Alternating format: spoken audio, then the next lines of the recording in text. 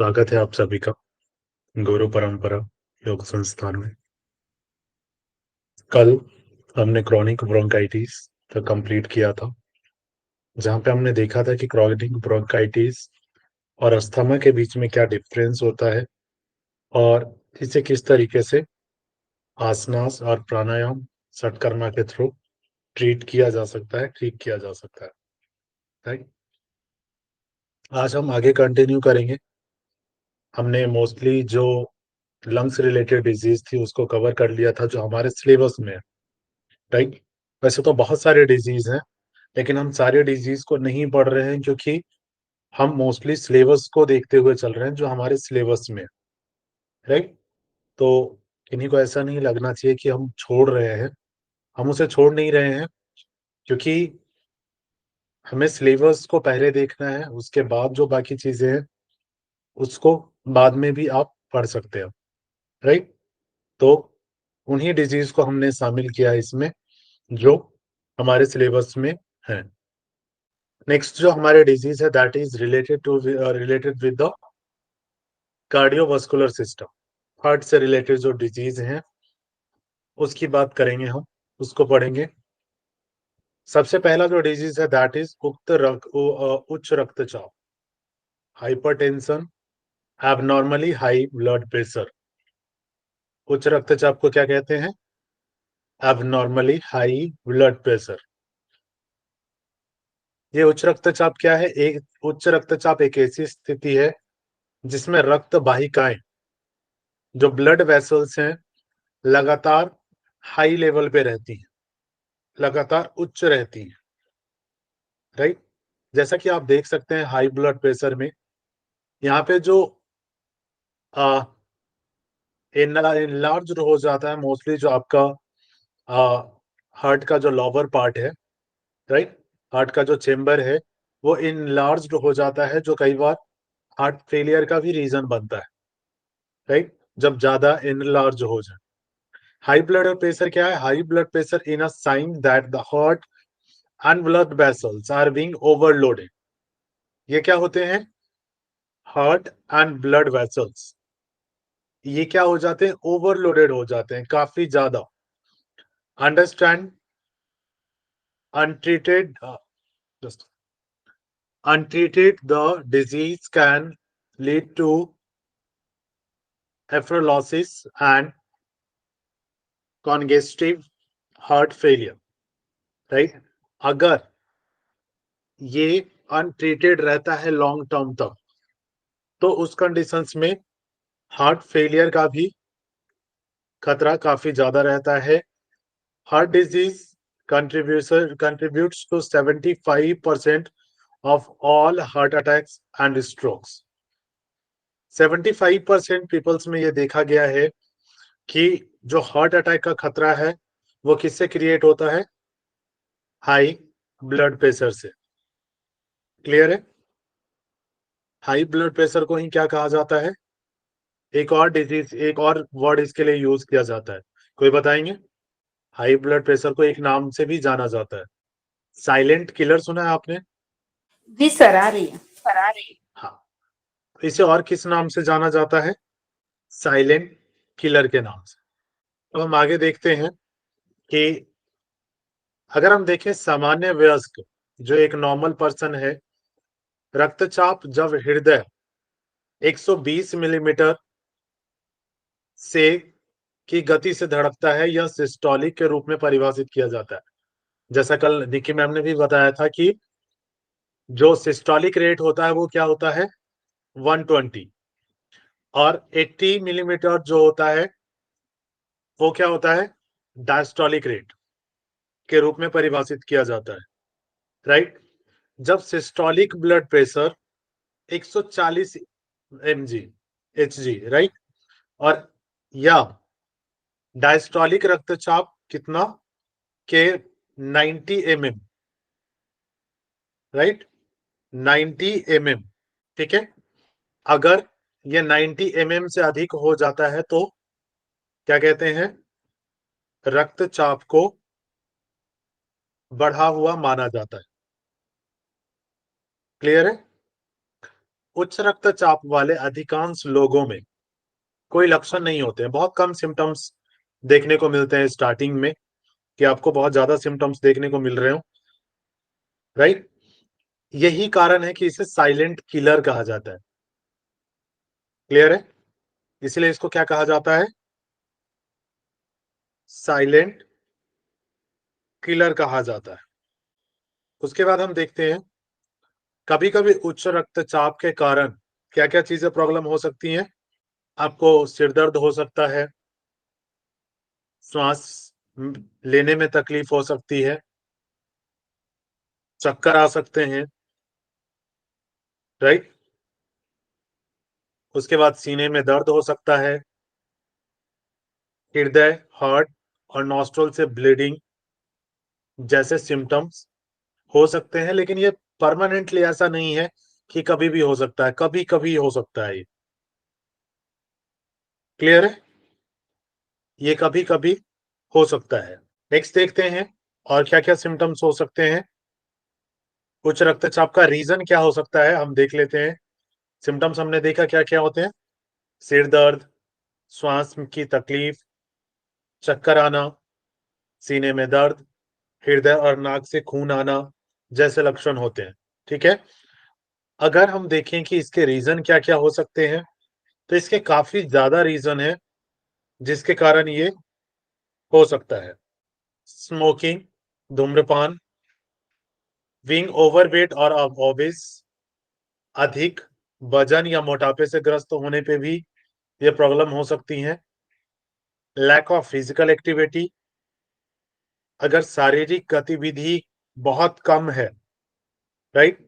आज के टाइम में क्या है, बहुत ही ज्यादा आरामदायक लाइफ है, लाइफ स्टाइल बहुत ज्यादा आरामदायक है।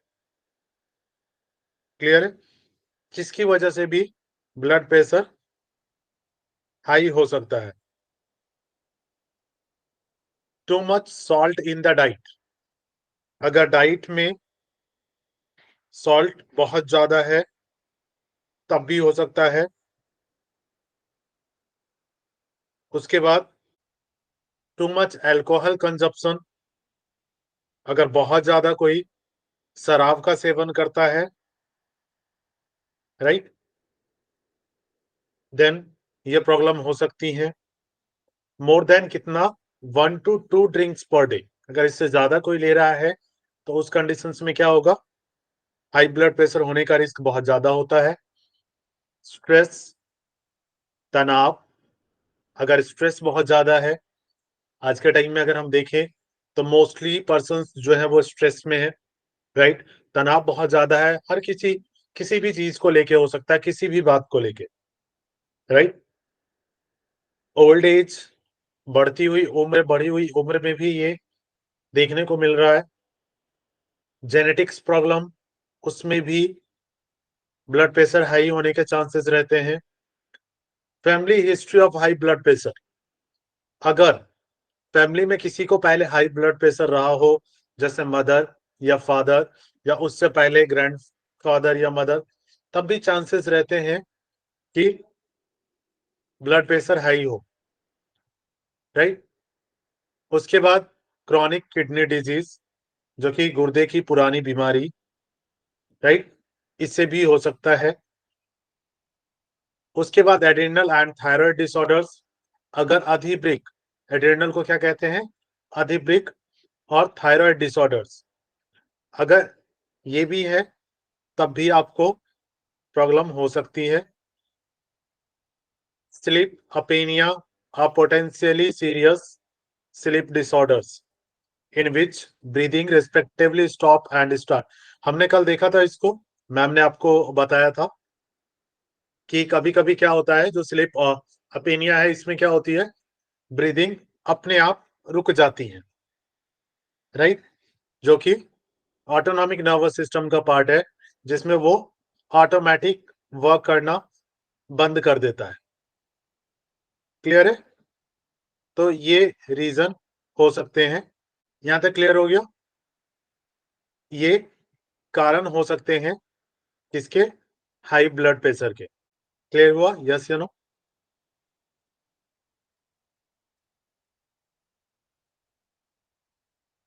चलिए नेक्स्ट, क्या यौगिक ट्रीटमेंट इसमें दिया जा सकता है?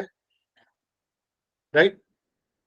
अगर हम यौगिक ट्रीटमेंट की बात करें तो इसमें हम कौन कौन से आसन करेंगे? जिसमें सुखासन है, राइट। सुखासन हो गया, मत्स्य क्रीड़ा आसन हो गया, राइट। और उसके बाद मत्स्य आसन हो गया, मत्स्य क्रीड़ा आसन, शवासन करवाया जा सकता है। ओके। योग निद्रा आसन, वज्रासन का अभ्यास, पवन मुक्त आसन आदि अभ्यास कराए जा सकते हैं। इनमें किन बातों का ध्यान रखना है? वैसे आसन आपको नहीं करवाने हैं जिसमें श्वास की गति बढ़ जाए, राइट। जैसे आप जंघा शक्ति विकासक क्रियाएं जो होती हैं, सूक्ष्म व्यायाम, माइक्रो मोमेंट्स, अगर आप उन्हें देखेंगे तो उनसे क्या होते हैं, या स्थूल व्यायाम देख लें, आसन भी कई सारे होते हैं, जैसे सूर्य नमस्कार देखें, या तो आप विन्यासा फ्लो कर रहे हो, तब भी उस कंडीशंस में आपकी ब्रीदिंग क्या होती है, काफी ज्यादा श्वासों की गति बढ़ती है। तो उस कंडीशंस में जो बीपी हाई का कंडीशन है उसमें इसका अभ्यास निषेध है, नहीं करने चाहिए। क्लियर? प्राणायाम का अभ्यास, कौन कौन से प्राणायाम का अभ्यास कर सकते हैं?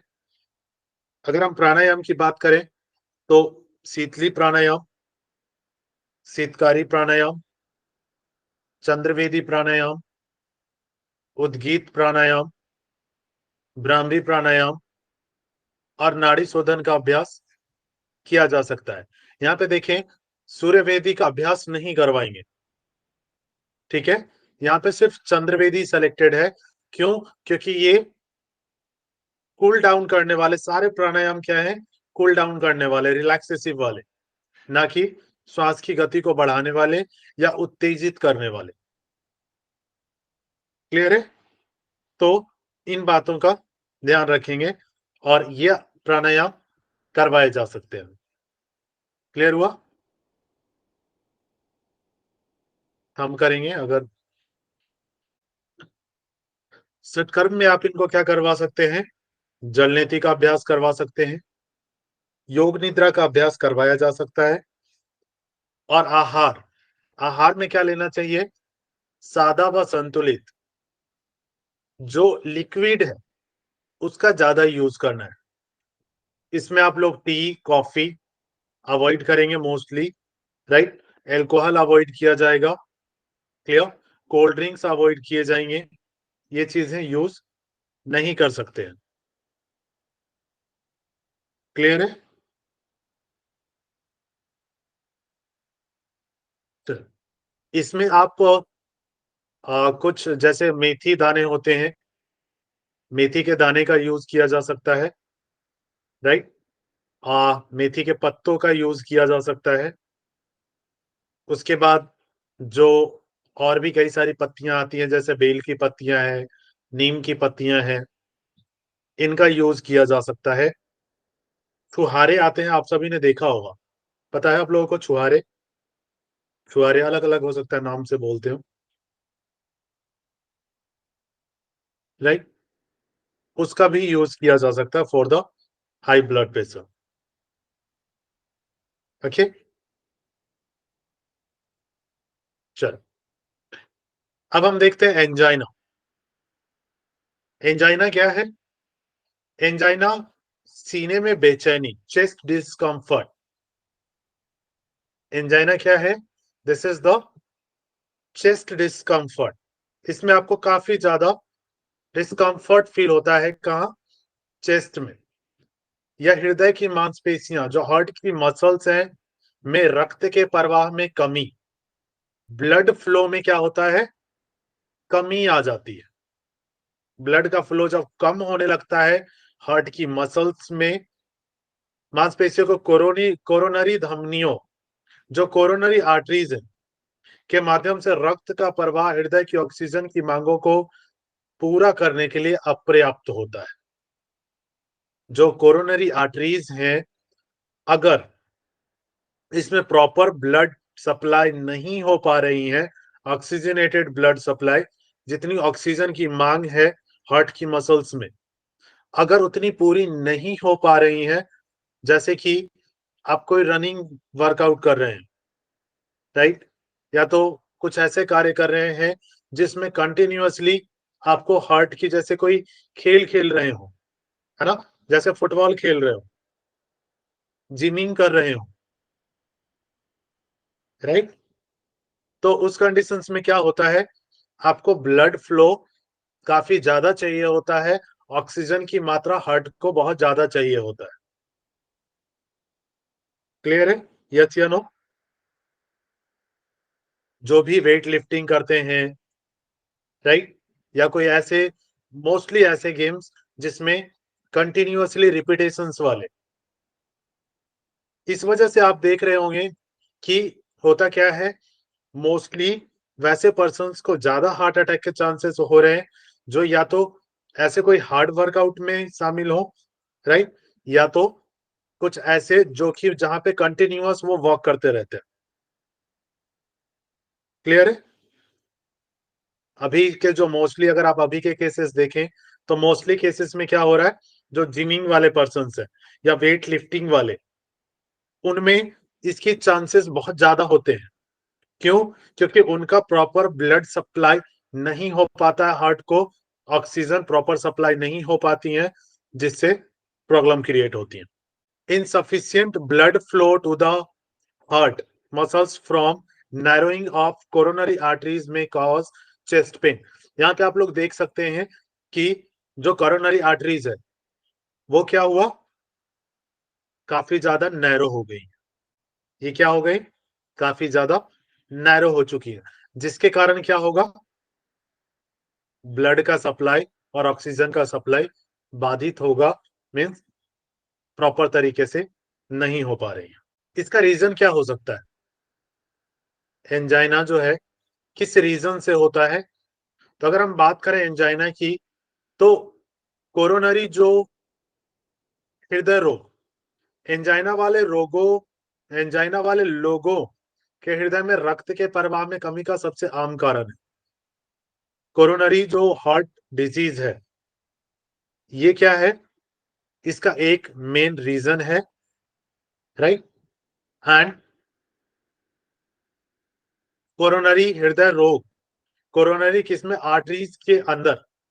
कोरोनरी हृदय रोग कब होता है, कोरोनरी आर्टरी डिजीज कब होती है, जब आर्टरीज के इनसाइड में फैटी डिपॉजिट जमाव का निर्माण करता है। क्या होती है, फैटी डिपॉजिट। फैटी जो अंदर जो बसा होती है ना, जो फैट होता है, वो एक लेयर बना लेता है किसके अंदर, आर्टरीज के अंदर, जहां से आपका ब्लड का सप्लाई बॉडी में हो रहा है, जिससे वे क्या हो जाती हैं, संकीर्ण हो जाता है, नैरो हो जाता है। ये देखिए ऊपर, यहाँ पे दिख रहा है, यहाँ पे क्या हो रखा है, पूरा फैट का एक लेयर जमा हुआ है आर्टरीज के बोथ साइड में, राइट, जिसकी वजह से क्या हुआ, जो आपकी आर्टरीज, कोरोनरी आर्टरीज जो है वो क्या हुई, नैरो हो गई, जिससे वे क्या हो जाते हैं, संकीर्ण हो जाते हैं, मींस नैरो हो जाते हैं, और हृदय की मांसपेशियों में बहने वाले रक्त की मात्रा को सीमित करते हैं। जो हार्ट में प्रॉपर ब्लड फ्लो हो रहा था उसको क्या करते हैं, कम कर देते हैं, उसमें कमी आ जाती है। क्लियर हुआ? एंजाइना, हमने इसको देखा था ना, एक तो आपने हाई ब्लड प्रेशर देखा और एंजाइना, बाद में हम इसका डिफरेंस देखेंगे कि क्या डिफरेंस होता है दोनों में। अब हम देखते हैं एंजाइना के दो टाइप्स होते हैं। एंजाइना के कितने टाइप्स होते हैं, टू। एक तो स्टेबल एंजाइना, जिसको स्थिर एंजाइना कहते हैं, और एक अस्थिर एंजाइना, अनस्टेबल। क्लियर? एक स्टेबल एंजाइना और दूसरा अनस्टेबल एंजाइना, स्थिर एंजाइना और अस्थिर एंजाइना। स्टेबल एंजाइना क्या होता है, जिसमें 5 से 15 मिनट तक होने वाला दर्द, इसमें पेन कितने मिनट तक, कितने टाइम तक रहता है, 5 to 15 मिनट हो सकता है, जो एंजाइना की दवा से राहत देता है। जो एंजाइना की मेडिसिन आती हैं, उससे क्या होता है, ये दर्द कम हो जाता है। इसमें आमतौर पर एक ट्रिगर होता है, मीन्स एक बार में वो पेन उठता है, क्रिएट होता है, जैसे शारीरिक व्यायाम या परिश्रम। कई बार होता है क्या कि जो कंटिन्यूअस वर्कआउट कर रहे होते हैं ना, शारीरिक व्यायाम कंटिन्यूअस कर रहे होते हैं या परिश्रम कर रहे होते हैं कंटिन्यूअसली, तो कुछ टाइम के लिए, चाहे वो 5 मिनट से 15 मिनट तक होता है, वो पेन स्टार्ट होता है। क्लियर है? चिंता या भावनात्मक तनाव, काफ़ी कई बार स्ट्रेस हो सकता है, इमोशनल भावनात्मक तनाव जो होता है, इमोशनल स्ट्रेस हो सकता है, राइट? जिसके कारण या तो ठंडा तापमान, काफ़ी ज़्यादा लो ब्लड प्रेशर है, उस कंडीशंस में भी आपका कोरोनरी आर्टरीज़ क्या होती हैं, बॉडी अगर ठंडी पड़ रही है, तो वो ब्लड का सप्लाई प्रॉपर नहीं कर पाएगा, या भारी भोजन, कई बार आप बहुत ज़्यादा खा लेते हैं, तब भी ये कंडीशंस हो सकती हैं, 5 टू 15 मिनट तक चेस्ट में pain, that is called stable angina. Clear हुआ? Stable angina. Second, unstable angina. Unstable angina क्या है? 15 मिनट से अधिक समय तक रहने वाला दर्द, जो कंटिन्यूअसली हो रहा है। ये 15 मिनट के बाद भी कम नहीं होते हैं या ठीक नहीं होते हैं, जो एंजाइना की दवा से पूरी तरीके से छुटकारा नहीं दिला सकता। आपने मेडिसिन ले भी लिया, तब भी ये किसी के प्रॉपर ठीक नहीं होता है। किसी को पेन हो रहा है, उसने एंजाइना की मेडिसिन भी ले ली, तब भी ये कम नहीं होता है, यह दिल के दौरे का संकेत दे सकता है। ये दिल के दौरे का संकेत दे सकता है, कंटिन्यूअस जब ये होता रहे। अस्थिर एंजाइना अक्सर एक विशिष्ट ट्रिगर, स्पेसिफिक ट्रिगर के बिना होती है। इसको कुछ ट्रिगर नहीं करता है। जरूरी नहीं है कि कोई चीज ट्रिगर कर रही हो, इसको बढ़ा रही हो तभी होगा, राइट? ये कंटिन्यूअसली रह सकता है। क्लियर है? एंजाइना दिल के दौरे, हार्ट अटैक से अलग है। एंजाइना क्या है? दिल के दौरे से अलग है, हार्ट अटैक से डिफरेंट है ये, क्योंकि हृदय की मांसपेशियों में रक्त के प्रवाह में कमी केवल अस्थायी होती है, राइट? हृदय की मांसपेशियों में रक्त के प्रवाह की कमी क्या होती है? अस्थायी होती है, स्थायी नहीं होती है कि कंटिन्यूअस बनी हुई है कि ब्लड का फ्लो नहीं होगा। और इसके परिणाम स्वरूप हृदय की मांसपेशियों को नुकसान नहीं होता है, राइट? क्योंकि ये अस्थायी नहीं है, स्टेबल नहीं है, इसीलिए कुछ टाइम तक हुआ, फिर नॉर्मल हो गया, तो वो क्या होता है, वापस से वो मसल्स वर्क करने शुरू कर देते हैं, वो डैमेज नहीं होते हैं। अगर वहीं हम दिल के दौरे के दौरान क्या होता है, बाधित रक्त प्रवाह हृदय की मांसपेशियों को क्षतिग्रस्त या नष्ट कर सकता है, राइट? दिल के दौरे के दौरान क्या होगा, ये आपके मसल्स को डैमेज कर सकती हैं।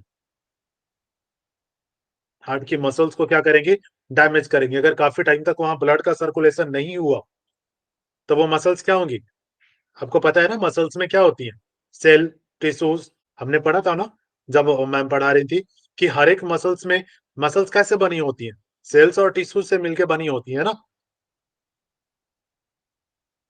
राइट? पर रिया जी, मसल्स में क्या क्या होती है, सेल्स और टिश्यूज होती है ना? ये सेल्स और टिश्यू से बनी होती है। हाँ, तो सेल्स और टिश्यूज को तो ब्लड कंटिन्यूअस चाहिए ना, ऑक्सीजन। Yes sir. अगर सेल्स या टिश्यूज को, सेल्स को अगर प्रॉपर ब्लड नहीं, अगर ऑक्सीजन नहीं मिला, तो सेल्स डेड होनी शुरू हो जाएंगे ना। और सेल्स अगर डेड हो गई, तो वहां की जो मसल्स हैं वो खराब हो जाएंगी। तो ये प्रॉब्लम कब होती है, जब दिल का दौरा पड़ता है, उस टाइम ये चीजें होती हैं। क्लियर हुआ? शालिनी जी, रिया जी, प्रमिला जी, क्लियर?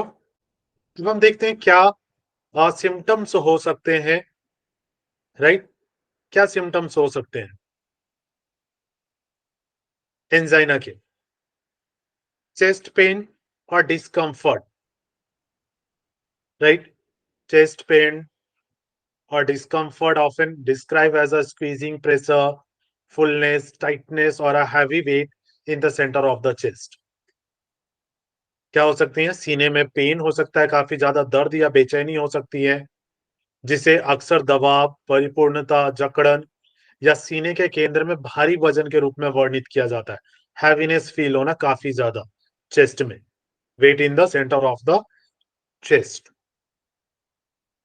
यहाँ क्या हो सकता है? पेन और discomfort in the arms, neck, jaw, shoulder और बैक, राइट?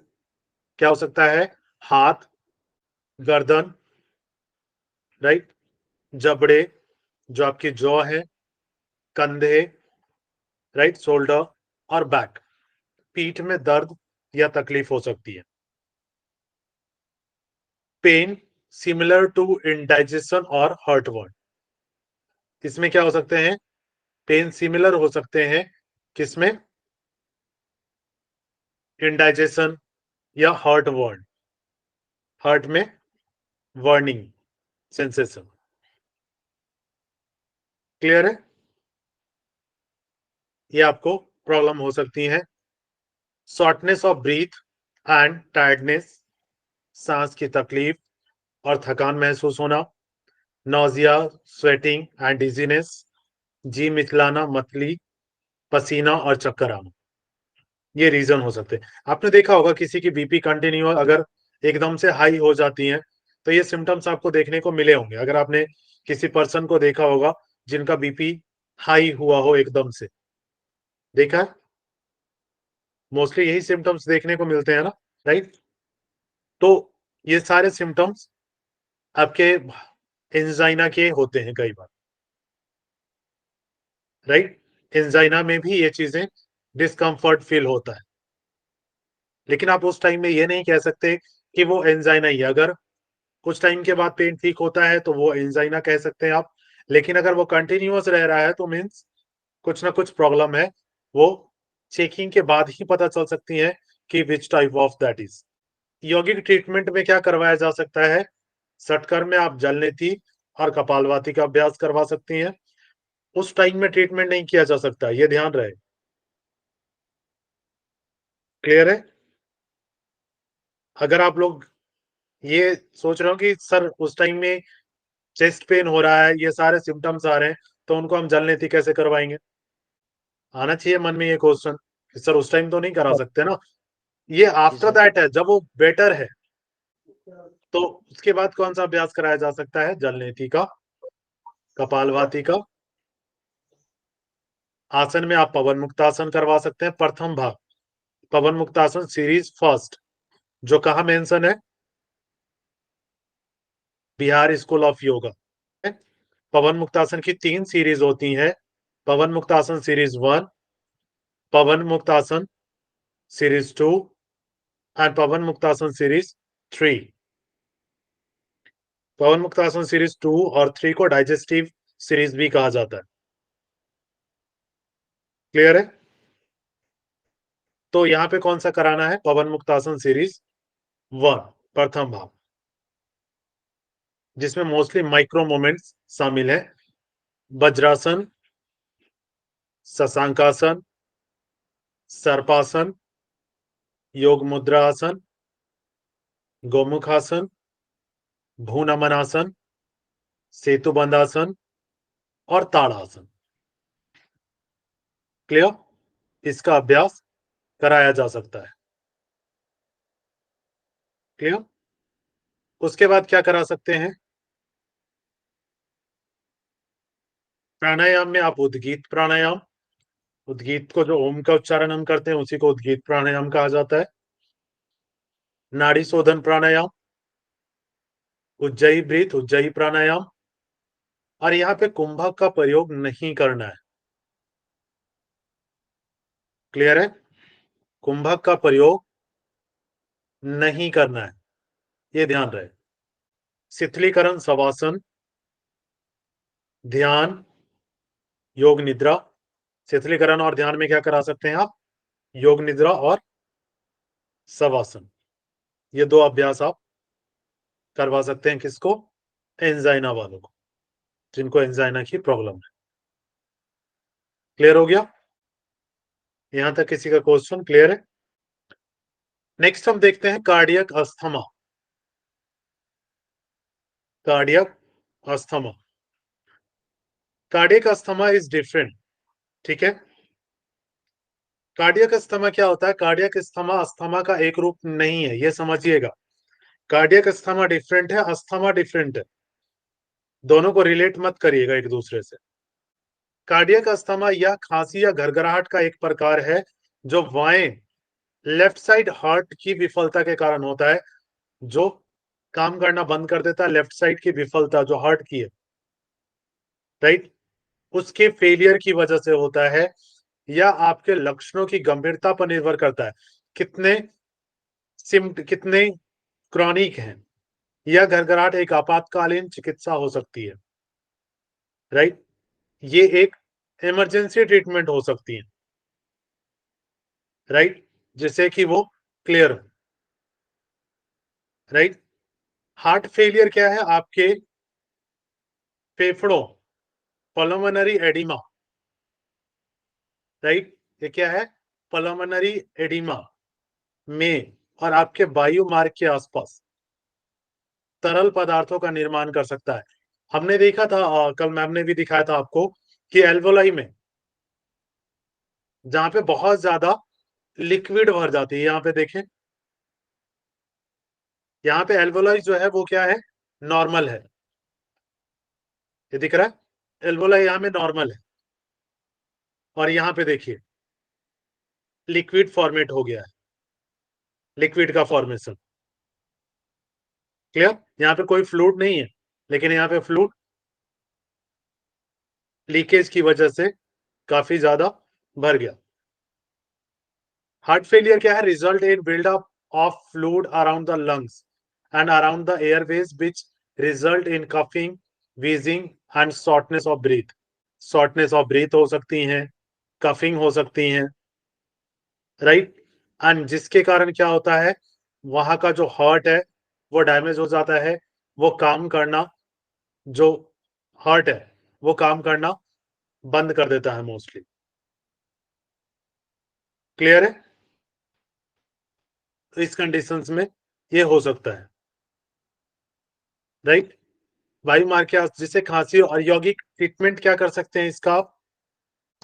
यौगिक ट्रीटमेंट इसमें जो हमने पहले देखा था। प्रमोद जी कुछ कह रहे हैं? सर जैसे खांसी आती हो 15 दिन हो गए तो उसके लिए सर ट्रीटमेंट क्या करेंगे?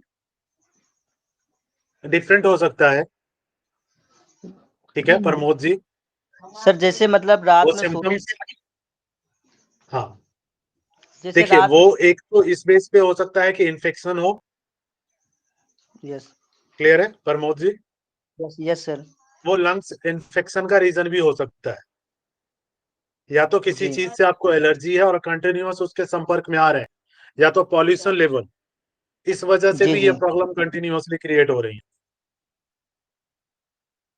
क्लियर है प्रमोद जी? कह नहीं सकते यस कि वो सर कार्डियक अस्थमा ही होगा।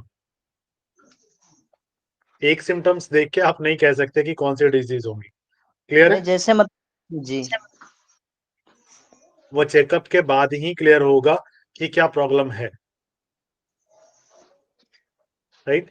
थ्रोट में अगर इरिटेशन फील हो रही है कंटिन्यूअस, या तो वो बैक्टीरियल इन्फेक्शन हो सकता है, या तो एलर्जी के कारण हो सकता है, या तो पॉल्यूशन की वजह से हो सकता है। यस सर क्लियर है यस प्रमोद सर जी? यस सर इसका ट्रीटमेंट हमने पहले भी देखा है, राइट। जो ये ट्रीटमेंट दिया हुआ है एंजाइना का, मोस्टली इसी वेज पे ट्रीट करेंगे इसे भी। क्लियर है? ये हमारे मोस्टली कार्डियक से रिलेटेड डिजीज थे जो हमने देख लिए, ठीक है। कौन कौन से? एक तो हाई ब्लड प्रेशर, एंजाइना, और कौन से देखे हमने? ये कार्डियक अस्थमा। क्लियर हुए? यस या नो? अब हम मेटाबॉलिक सिंड्रोम पे आते हैं। मेटाबॉलिक से रिलेटेड कौन कौन सी प्रॉब्लम्स है? राइट, मेटाबॉलिक, जो आपके डायबिटीज है, राइट, जो ग्लैंड से रिलेटेड प्रॉब्लम्स है उन्हें भी हम देखेंगे, राइट। सबसे पहले डिजीज जो है दैट इज मधुमेह, डायबिटीज। इसको उच्च रक्त शर्करा, हाइपर ग्लाइसीमिया भी कहते हैं, राइट, हाई ब्लड शुगर या हाइपर ग्लाइसीमिया।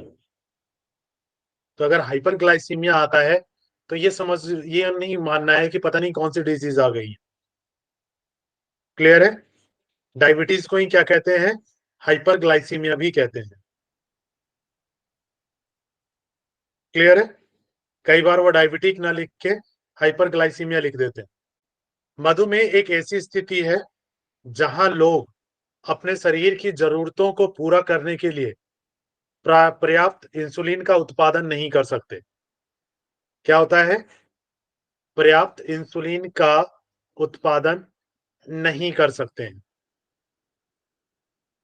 राइट, कर पाते हैं, और या उनकी कोशिकाएं जो सेल्स हैं इंसुलिन के लिए ठीक से प्रतिक्रिया नहीं दे पाती,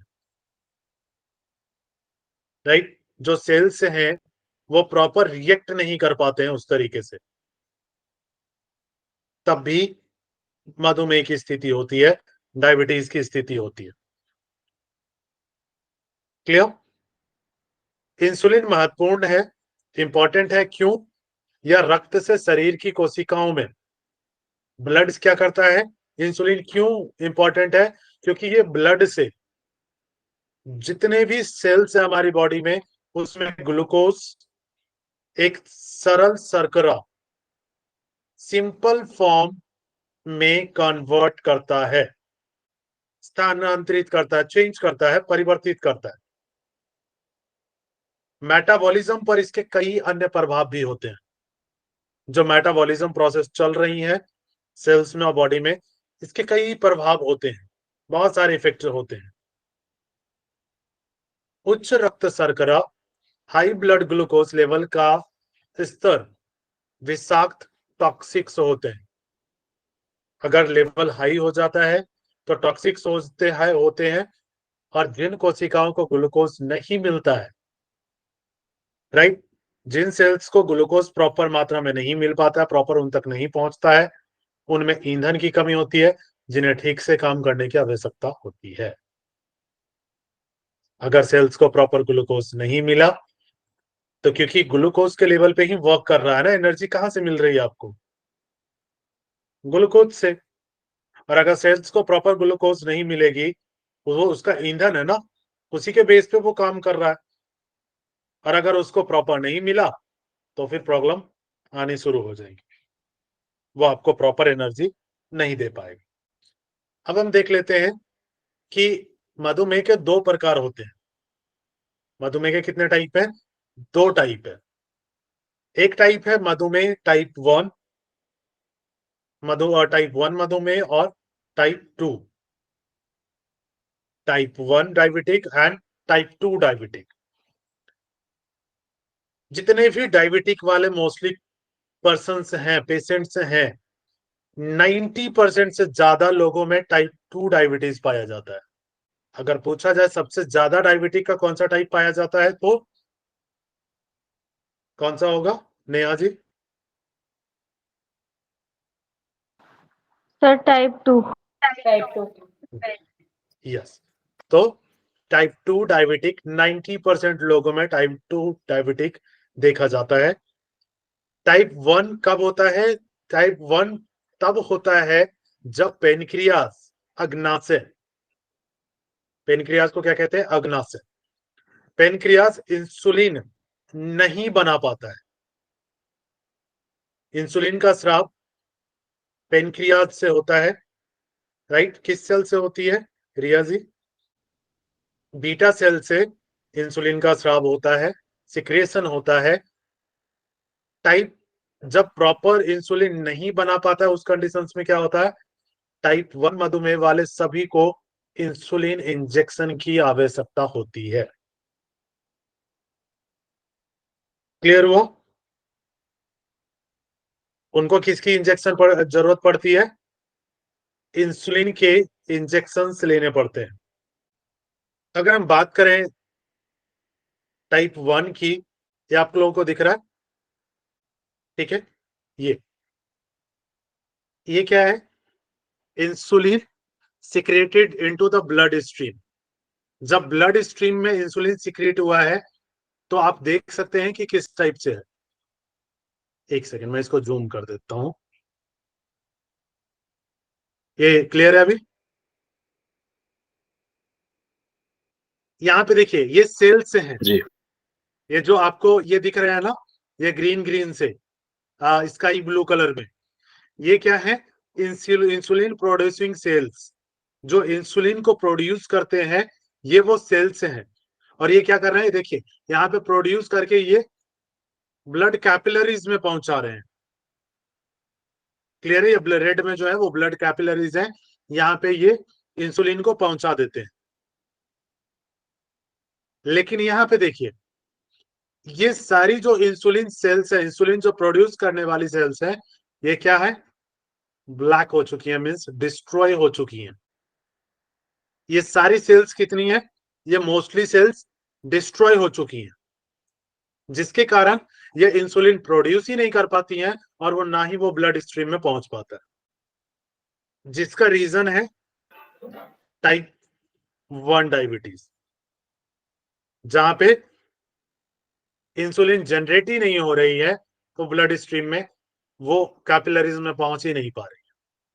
तो उस कंडीशंस में क्या होती है? इंसुलिन के इंजेक्शंस लेने पड़ते हैं फॉर द इंसुलिन। अब अगर देखिए यहाँ पे कि अगर यहाँ पे इंसुलिन नहीं बना तो उस कंडीशंस में क्या होगा? ग्लूकोज का लेवल बढ़ेगा या घटेगा? बढ़ेगा। बढ़ेगा। प्रशांत जी, बढ़ेगा या घटेगा? जी बढ़ेगा जी। बढ़ेगा, राइट? क्योंकि इंसुलिन क्या था? वो रेजिस्टेंस का काम कर रहा था ना ब्लड स्ट्रीम में, राइट? तो उस कंडीशंस में जब इंसुलिन है ही नहीं तो जो ब्लड स्ट्रीम में ग्लूकोज की मात्रा कंटिन्यूअस इंक्रीज हो जाएंगी, राइट? इसीलिए इंसुलिन का इंजेक्शन लिया जाता है। टाइप 2 देख लेते हैं। टाइप 2 मधुमेह कब होता है? जब अग्नाशय पेनक्रियास पर्याप्त इंसुलिन नहीं बना पाता है। बना तो रहा है, राइट, लेकिन उस फॉर्म में नहीं आ पा रहा है जितना चाहिए। क्लियर है? या इंसुलिन का ठीक से उपयोग नहीं कर पाता है। इंसुलिन का अगर प्रॉपर यूज नहीं कर पा रहा है तब ये टाइप 2 मधुमेह वाले लोग आमतौर पर इस स्थिति का पारिवारिक इतिहास रखते हैं। उनका कहीं ना कहीं फैमिलियर बैकग्राउंड होता है इस चीज में, जिनका टाइप 2 डायबिटीज होता है, राइट? और 90% लोग अधिक वजन वाले या मोटापे से ग्रस्त होते हैं। 90% लोगों में देखने में आया है कि या तो वो ओबेस हैं, वेट बहुत ज्यादा एक्सेसिव है, जिसके कारण टाइप 2 डायबिटीज हो रहा है। क्लियर हुआ? यहाँ पे आप इमेज में जी देख सकते क्लियर। हैं। मोस्टली क्या होता है, स्टमक में क्या होता है? Convert food to glucose. Stomach में ही फूड क्या होता है? ग्लूकोज में कन्वर्ट हो जाता है, राइट? अब यहां से पेनक्रियास क्या सिक्रिएट कर रहा है? इंसुलिन। जो ग्लूकोज आया वो ग्लूकोज कहाँ हुआ? ये ब्लड स्ट्रीम में एंटर कर गया। क्लियर है? अब यहाँ पे देखिए प्रॉब्लम क्या हो रही है। Pancreas produce insulin but the body can not use it effectively. Pancreas insulin तो प्रोड्यूस कर रहा है लेकिन बॉडी इसको इफेक्टिवली यूज नहीं कर पा रहा है जितना यूज करना चाहिए। क्लियर है? Glucose unable to enter the body effectively, ये बॉडी में प्रॉपर एंटर नहीं हो पा रहा है ग्लूकोज, क्लियर है, जिसकी वजह से क्या हुआ, ब्लड स्ट्रीम में ग्लूकोज का लेवल बढ़ता चला गया क्योंकि बॉडी इसको एब्जॉर्ब नहीं कर पाया, क्लियर है, जिससे जो ग्लूकोज है वो कहां घूमता रहेगा, वो ब्लड स्ट्रीम में ही चलता रहेगा, क्लियर हुआ, यस या no, that is the type जी 2 डायबिटीज, क्लियर हुआ, शालिनी जी, रिया जी, परमिला जी, जी क्लियर है। क्लियर हो गया, टाइप 1 टाइप 2 डायबिटीज क्लियर हुआ, ओके। अब अगर हम रीजन देखें क्या कारण हो सकते हैं इसके, तो अगर हम कारण की बात करें, एक और डायबिटीज हम यहाँ पे देख लेते हैं, एक और सामान्य रूप गर्भकालीन मधुमेह जो प्रेगनेंसी के टाइम में होती है, गैस्ट्रोइंटेस्टाइनल डायबिटिक मेलाइटस, क्या कहते हैं, गैस्ट्रोइंटेस्टाइनल डायबिटीज मेलाइटस, एक अस्थायी स्थिति जो गर्भावस्था के दौरान होती है, ये सिर्फ प्रेगनेंसी में होती है, क्लियर है, ये कब होती है, प्रेगनेंसी के टाइम होती है, क्लियर हुआ, सर जुवेनाइल डायबिटीज इसी को बोलते क्या? हाँ, जुवेनाइल इसी को कहते हैं मोस्टली। आप इस कंडीशंस में देख सकते हैं कि ये अस्थायी होता है, परमानेंट नहीं है,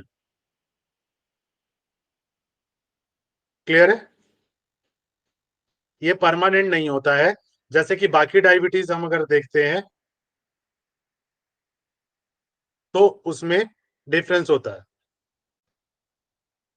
जुवेनाइल डायबिटीज मोस्टली तब होता है, ठीक है, टाइप 1 को ही जुवेनाइल डायबिटीज कहा जाता है। किनका क्वेश्चन था? सर मेरा मीना मिश्रा। हाँ मीना जी, डायबिटीज जो है ना, जो जुवेनाइल डायबिटीज है वो टाइप 1 को कहा जाता है, जहां पे या तो प्रोड्यूस नहीं कर पाती हैं, सेल्स डैमेज हो जाती है, ठीक है मीना जी। जी हाँ सर, हाँ सर। हाँ, इसके कॉज और जो सिम्टम्स हैं, रीजन, वो हम कल पढ़ेंगे, ठीक है, आज हम लोग यहीं तक रखते हैं। कोई क्वेश्चन तो किसी का नहीं है, या किसी को समझ में नहीं आ रहा हो, क्योंकि मैंने हिंदी में ही ट्राई किया है और मैं कोशिश कर रहा हूँ इंग्लिश में भी ट्रांसलेट करने की, जिससे आपको प्रॉब्लम ना हो। सर टाइप 1 डायबिटीज को फिर क्योर करने का उपाय क्या है? वो भी बताएंगे आगे, ठीक है, जी सर। और आपको तो नानी जी के नुस्खे भी बताएंगे, नुस्खे भी बता देंगे, ठीक है, जी सर। जी जी सर। कि नेचुरोपैथी या आयुर्वेदा से कैसे क्योर कर सकते हैं। जो मैंने पढ़ा है आयुर्वेद की, मैं उसको बता दूंगा आप लोगों को, मैंने जो नेचुरोपैथी में मोस्टली पढ़ा है, ठीक है।